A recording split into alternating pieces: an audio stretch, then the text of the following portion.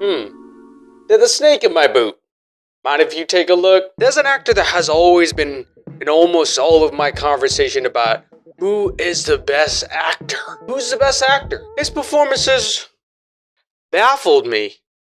They were so good to the point that I started to question if timing was on his favor. He just got the right role, and all he had to do was just give a mediocre performance. Oh God, I kind of regret this. That was me in the past, judging his work merely on what I recalled of his movies, before I embarked on my recent trip of revisiting his cinematic repertoire. I dare you to say cinematic repertoire without sounding like a dickhead. Through that journey, I've learned many lessons that have been bestowed by the one and only Tom Hanks. It also changed a lot of my takes on some movies that might piss some people off. I love Tom Hanks. Tom Hanks is it's Tom Hanks, for Christ's sake. Let's assume that Tom Hanks was in the list with the Epstein boys. It's like, you know what I mean? It's Tom Hanks. It's Tom Hanks. There would never be another Tom Hanks that could replace him. It's almost impossible. Not forgetting that Tom Hanks, in his prime, wasn't the only one thriving. He had contemporaries that were as good and even better. And we will drag them into this conversation of who's the GOAT of all time. I know what I just did. I just wanted you. It's just like saying ATM machine. I just like to say it. I like to break the rule. Thomas Jeffrey Hanks was born in the city of Concord, California. Don't worry, I'm not digging further than that. My research is done. Here's the thing, I wasn't well aware of what I was getting myself into because I had to watch a number close to 55 or 60 movies. Stopped on the third one, got numb by the 10th movie. For the span of a month and a half, all what I consumed is Tom Hanks. I feel like I know him more than his close relatives at this point. I took a deep breath and started my journey of witnessing greatness before me. The movie He Knows You're Alone was Tom Hanks' acting debut. And it's a serial killer horror movie. It seemed like they didn't have anyone intimidating enough to play the serial killer. That's why they brought the cameraman. He looks like the cameraman. Come on. This dude looks like the most generic white man I've ever seen. It caused a long line at a supermarket just to get his Snicker bar checked out. Now, regarding Tom Hanks, he had ample screen time for an actor that just got started. They gave him 2 scenes. He played Elliot, a love interest to one of the side characters in the movie. This movie was decent.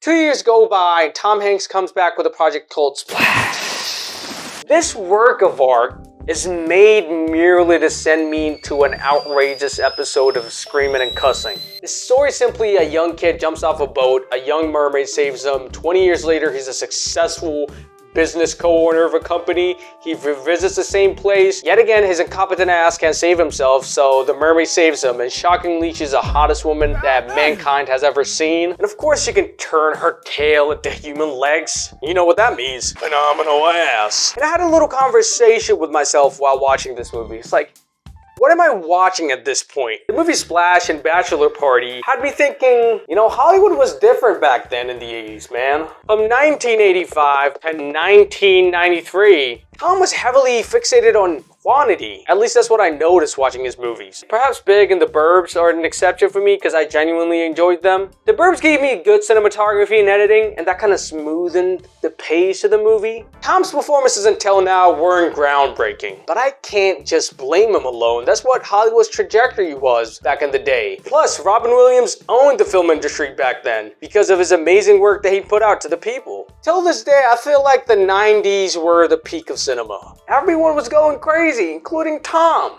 1993. I don't know what I'm doing. Help. Please. 1993. Tom Hanks starred in the movie Philadelphia with an incredible actor, Denzel Washington. To say the least, they freaking destroyed those performances and gave us a jaw-dropping project. As I remember, the dialogues were seamless and the camera work was decent. I'm 19 movies in the journey. I'm sweating balls at this point. And Philadelphia is the most enjoyable one this far. Little did I know there was a train on its way carrying plenty of goods and hookers. What? So from 1993 to the early 2000s, Tom Hanks' career exploded. Every piece of the puzzle went in place for this dude. Forrest Gump, Toy Story, Saving Private Ryan, The Green Mile, Castaway. Come on, man. These movies. I guess quantity led to quality. I don't know how that worked. And do I even have to talk about these movies? I assume y'all's favorite is Forrest Gump, mine is SPR. Everyone in that movie gave supreme representations of the characters that they played. Barry Pepper and Leland Orser are underrated, period. The desaturated colors and adjusted contrast in SPR were dope, bruh. I might not be accurate on this one or anything I've just said. Don't take me as a reliable resource. Tom was in his early 40s filming this movie. Compared to his earlier work, it seems like that he just got adjusted to this whole acting gig. Duh, he spent 20 years for what, you dumbass? I know, but I'm just pointing the fucking thing out. It's like it's another day at the office, if you know what I mean. It's a weird angle, but you gotta follow me with this one. It's conspicuous that Tom wasn't going for these overly dramatic plays. In most of his roles, he goes for these stoic, troubled characters that are in the position of leadership. And if you actually think about it, the main characters that he plays function more as an observer. Just like in The Green Mile. Like, I know he's the lead actor, but in spite of that, it feels like he's a supporting actor as well. In contrast, he came with Castaway, a motion picture that had a story about merely one character stranded in an island. Hey, but look at the silver lining. He had all the time in the world to reflect and know more about himself. These days, not a lot of us have the time to do that or want to do that. And by the way, remarkable performance by Tom. He gathered all what he learned in the past 20 years and put it in this project. And how the fuck did he eat raw fish? Man, I don't like eating raw anything. From 2002 to 2010, oh, the amount of bangers this man had put out to the people is beyond belief. It's unacceptable that he has only 2 Oscars. In those years, we got Road to Predation, Catch Me If You Can, Terminal preceding that, Lady Killers, wasn't as good as the original, but it held itself. Polar Express. Then we got Cars. Not a big fan of 3D animated movies, but you got it. Charlie Wilson's War was so entertaining. I was just captivated by Philip Seymour Hoffman's performance. Because Tom's was just plain. The role that he played might have not been that demanding of anything out of the ordinary. Oh yeah, Angels and Demons. Ooh, I don't know what the fuck happened to that movie. All what I recall was something about the Illuminati. You know, I dozed off, and when I woke back up, I saw the credit. I'm gonna keep it $1.50. Making movies with Tom at this point is just like a 9-to-5 job, man. So I'm not surprised that some of his work is mediocre. But don't get that twisted. Can't neglect what he dropped on 2010, which was Toy Story 3. As I previously mentioned, 3D animated movies aren't my cup of tea, but Toy Story 3 is a huge exception to the rule. That movie just didn't become my cup of tea, but also my bottle of Gatorade.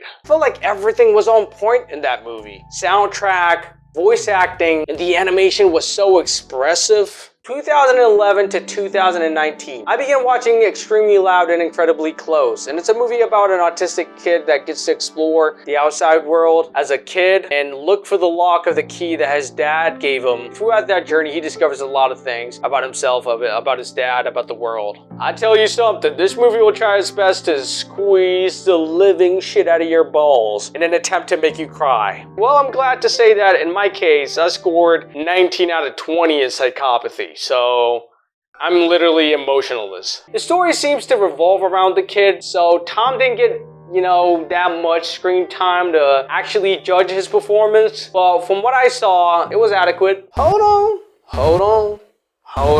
If you're astonished by Tom's filmography at the moment, this dude came consecutively.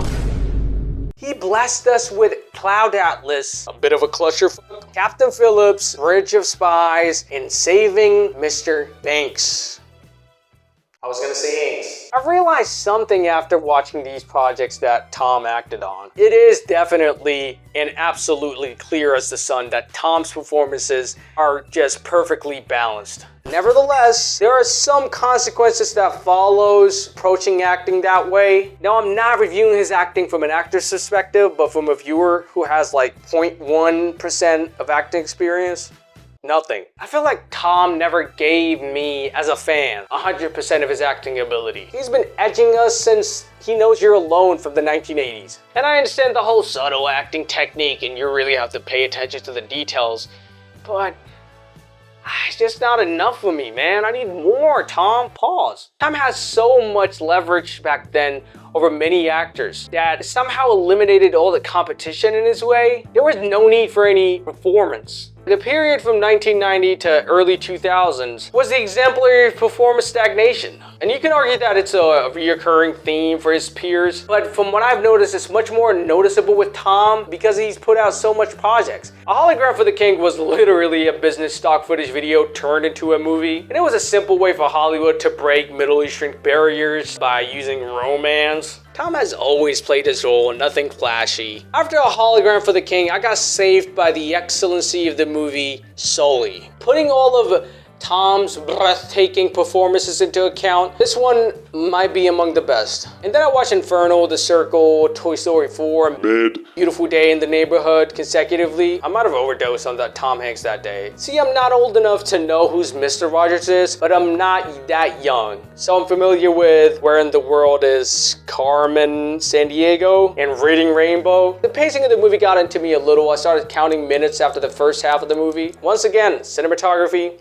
Finally, from 2020 to 2023, we got Greyhound, News of the World, Pinocchio, delete that one, Elvis, A Man Called Otto, and lastly, Asteroid City, Full of Asses. Starting with Greyhound, it was epic. The immersive experience that Aaron Schneider provided us was riveting. Just a little note, just to be a dickhead, there were a couple of shots in this movie that had a whack VFX composition, but all in all, it was beautiful. A Man Called Otto is such a touching story about a man by the name played by Tom Hanks. Throughout the movie, you'll get to know more about him and his heartbreaking background of losing a loved one and him being all sad and lonely and oh, Sonia. The second half of the movie was actually unbearable. They upped the sadness scale to 1,000,000. They really wanted you to cry. And that made me pucker up my butt just to embrace a fountain of tears. And here we stop to Elvis. This movie showcases the credibility of my claim that Tom Hanks is a machine, dude. The presence of this man's performances alleviate all the air bumps in every movie, almost. I ended my journey with Asteroid City. I can't find the right words to describe this movie, and if you've been exposed to any of Wes Anderson's art pieces, you'd probably experience the same type of confusion I had watching this movie. It makes a lot of sense why Tom is in this movie because he's constantly chasing these weird roles. After finishing my Tom Hanks journey, I needed time to let all these movies and performances marinate inside my noggin. A day goes by and I came to the realization that Tom Hanks has a flawless career. It's unfathomable how many great movies this guy's been in. I had enough time to compare Mr. Hanks' career to many of his peers, including Denzel Washington. By the way, they're 1 year apart in age. And here's a fun fact for y'all. Denzel Washington started his career 3 years prior to Tom, and Tom, of course, had more projects than Denzel. You know what that means.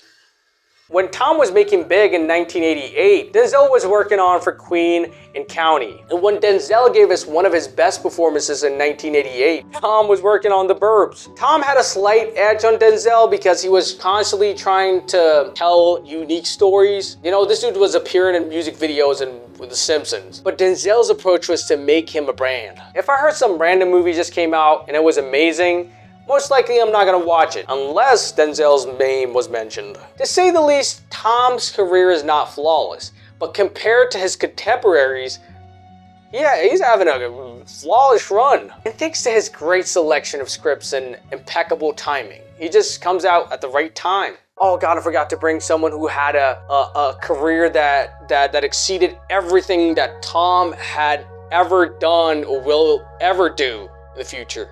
And if you want to know, click on this video right now to know who's this guy. You know, click on it. I mean, you can see who that is, but go to his career and you'll be surprised. There's a lot of surprises in that video.